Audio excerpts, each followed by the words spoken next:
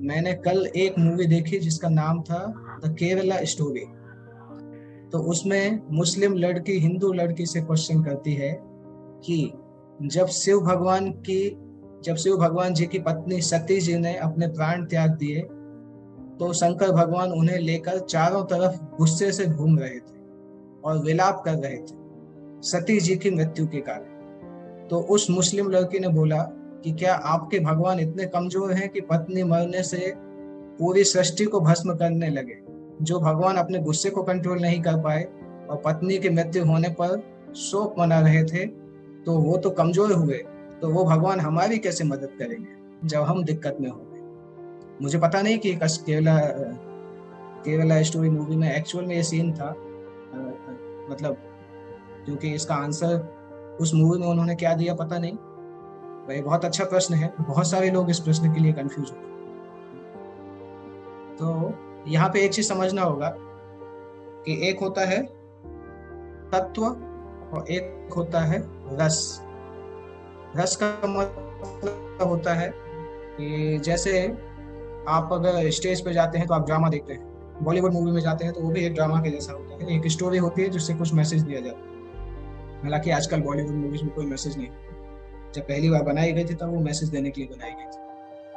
तो इसलिए आप देखेंगे अगर मूवीज में कोई व्यक्ति मर जाता है तो उसका ये मतलब नहीं कि वो मर गया।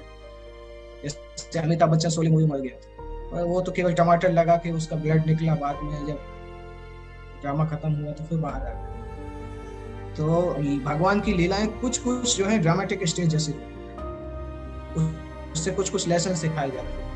और ये होता है एक रस हिस्सा, तो इसको तत्व से अलग होना चाहिए, क्योंकि अगर हम रस और तत्व को मिक्स करते हैं तो हम भगवान की वास्तविकता समझ ही नहीं पाते। जैसे फॉर एग्जाम्पल, भगवान जब छोटे थे तो उनके पिताजी ने बोला कि कृष्ण मेरी चप्पल लेके आओ, तो भगवान अपने पिता की चप्पल अपने सिर के ऊपर रख के ला रहे थे। तो क्या उसका ये मतलब है कि भगवान वसुदेव जो है वो कृष्ण से भी ज्यादा शक्तिशाली है?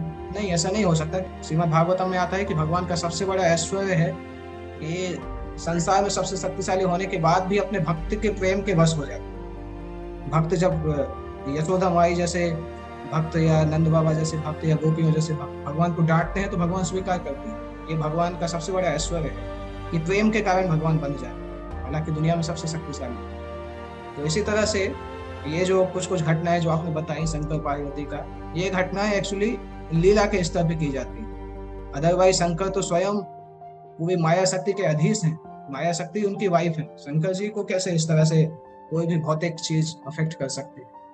इनफैक्ट इस तरीके का एक प्रश्न एक्चुअली सती के मन में भी था। देवी सती जो थी ना, उनके मन में ये प्रश्न था, क्योंकि उन्होंने जब देखा कि सीता माता का अपहरण हो गया है तो भगवान राम एकदम पागलों के जैसे रो रहे थे, जंगल में जा के पेड़ों से पूछ रहे हैं, इन सब जगह पे पूछ रहे हैं। तो उनको भी डाउट हुआ कि ये भगवान राम विष्णु कैसे हो सकते हैं, ये तो ऐसे सामान्य व्यक्ति के जैसे रो रहे हैं। और वो डाउट होने के कारण माता सती स्वयं सीता का रूप बना के जंगल में जाके खड़े हो गए। और भगवान ने जब देखा सामने सीता खड़े हैं तो भगवान मुस्कुरा के बोलते हैं, हे माता, आप इस प्रकार से अपनी बेटी की परीक्षा क्यों कर? तो सती माता सीता के रूप में थी, तब भी भगवान समझ गए कि ये तो सती है। तब सती को पता चला कि एक्चुअली भगवान ये जो कर रहे हैं ये एक लीला के जैसा है। ऐसा नहीं कि भगवान सामान्य व्यक्ति है, वो कुछ लेसन सिखाने के लिए लीलाएं कर रहे हैं। और उसी गलती के कारण फिर शंकर जी ने बोला कि आपने तो सीता माता का रूप लिया है जो कि मेरी माँ के समान है, अभी मैं आपको अपनी पत्नी जैसा कैसा बोल सकता हूँ? तो ये डाउट तो बड़े बड़े लोगों को हो जाता है, भगवान की लीला को एक्चुअल जैसा समझ लेते हैं। तो सामान्य लोग तो वैसे ही विविल्डर्ड रहते हैं। इसलिए ऐसे प्रश्न आते हैं कि भगवान अपने गुस्से को कंट्रोल नहीं कर पाते तो पत्नी के मरने पर शोक मना लगे। भगवान से वो इतने छोटे नहीं है, इस संसार के मनुष्य जैसे नहीं है कि पत्नी के मरने पर शोक करने लगे, अपने गुस्से को कंट्रोल नहीं कर पाए।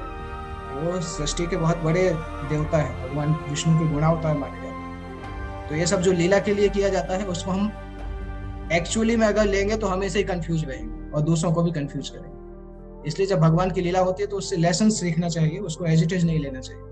नहीं तो हम देखेंगे कि भगवान ने तो सुदामा के पैर धोए और पानी पिया, तो क्या सुदामा भगवान से भी बड़े हैं? नहीं, ऐसा नहीं हो सकता है। भगवान तो अपने भक्तों को सम्मान दे रहे हैं, ब्राह्मण को सम्मान दे रहे हैं। तो ये सारे प्रश्न का उत्तर इसी प्रकार से होता है, कंफ्यूज मत होइए, लीला को लीला तरह से समझिए, तत्व को तत्व के सब तरह से समझिए। अगर कंफ्यूज होंगे तो हम आध्यात्मिकता में हमेशा कंफ्यूज ही रहेंगे। ओके।